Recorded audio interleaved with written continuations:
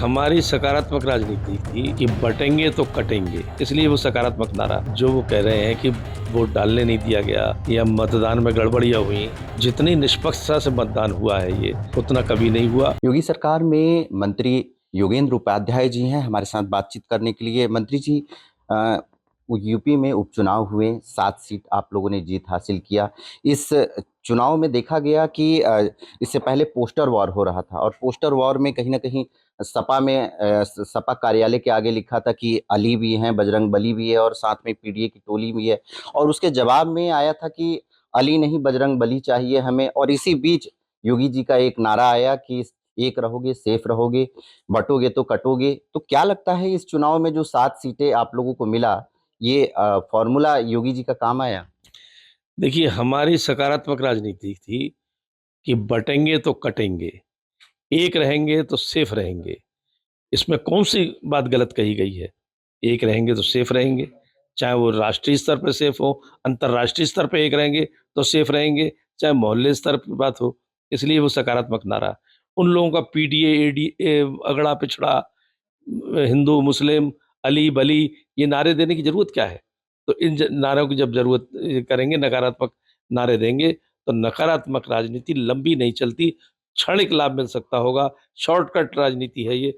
हम लोग स्थायी राजनीति की बात करते हैं, इसीलिए कृतित्व भी हमारा नेताओं का, मोदी और योगी का, कि सबका साथ, सबका विकास, सबका विश्वास और सबका प्रयास, ये कृतित्व करके दिखाया है।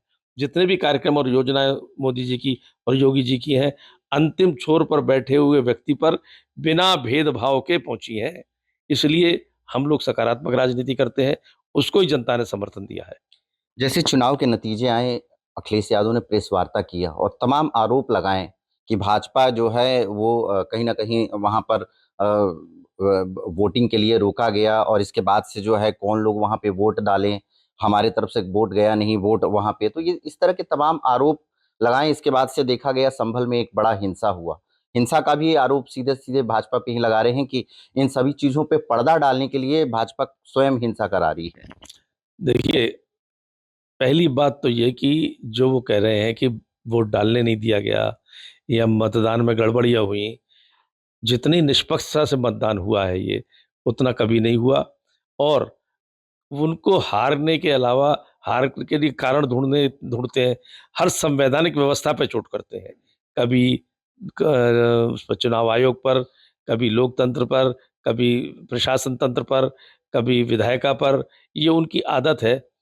ईवीएम खराब होती है जब जब वो चुनाव हारते हैं, तब खराब नहीं होती, चुनाव जीतते हैं।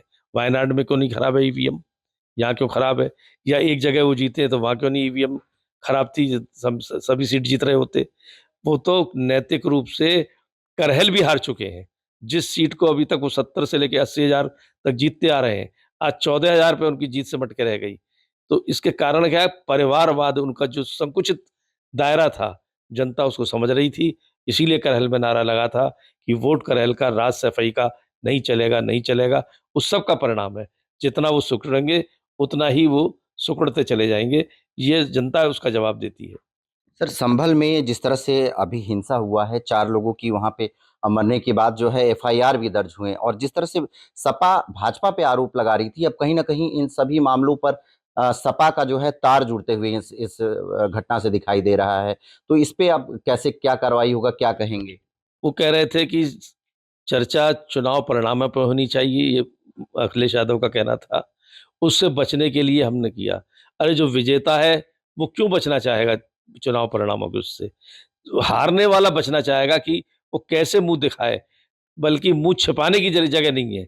कोई कहते हैं ना, मुंह दिखाने के लायक नहीं रहे, वो मुंह छिपाने के लायक नहीं रहे हैं। ऐसी स्थिति जनता ने उनकी कर दी। इसलिए उन्होंने ये दंगा कराया, दंगा बोले हमला कराया सरकारी तंत्र के लोगों पर, जो शांतिपूर्ण ढंग से बिना हथियारों से लेकर वहां पर आए थे। कोर्ट का तंत्र था, प्रशासन का तंत्र था, उस पर हमला हुआ। हजारों की भीड़ ने इकट्ठा होकर हमला किया। समाजवादी पार्टी के लोग उसमें शामिल थे और समाजवादी पार्टी के नेता शामिल थे। वो इसीलिए उन्होंने कराया जिससे कि लोग, जो उनकी शर्मनाक हार हुई है, उस पर चर्चा करना छोड़कर संभल पर चर्चा आ जाए। संभल के लोगों को हमारे चैनल के माध्यम से क्या संदेश देंगे सर?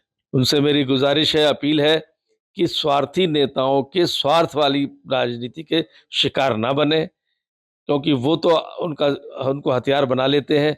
बाद में जो परिणाम होते हैं, कानून व्यवस्था जो अपना काम करती है, तो वही लोग भुगतते हैं जो उनके शिकार बनकर हिंसा में आगे बढ़ते हैं। कानून व्यवस्था को बनाए रखें, ऐसे स्वार्थी नेताओं के झांसे में ना आए। सर मेरा आखिरी सवाल है, योगी सरकार में अब उन लोगों को कैसे पनिश किया जाएगा जो संभल में आरोपी हैं? कड़ी से कड़ी कार्रवाई होगी। योगी सरकार का एक ट्रैक रिकॉर्ड ये रहा है कि जो करेगा वो भरेगा, वो बचेगा नहीं, इसलिए कोई दोषी बचेगा नहीं। तो बिल्कुल हमारे साथ देखिए योगेंद्र उपाध्याय मंत्री जी थे और साफ तौर से इनका कहना है कि जिस तरह से संभल में जो घटना हुआ है और जो दोषी है उस पर सख्त कार्रवाई होगा, और जिस तरह से ये योगी सरकार जानी जाती है कार्रवाई के लिए कि किस तरह से जो अपराधी हैं उन पर किस तरह से शिकंजा कसा जाता है, बख्शा नहीं जाता है, यहाँ भी कुछ ऐसे ही देखने के लिए मिलेगा। लखनऊ से कैमरा पर्सन सौरभ के साथ राजन सिंह, जेएमडी न्यूज़ के लिए।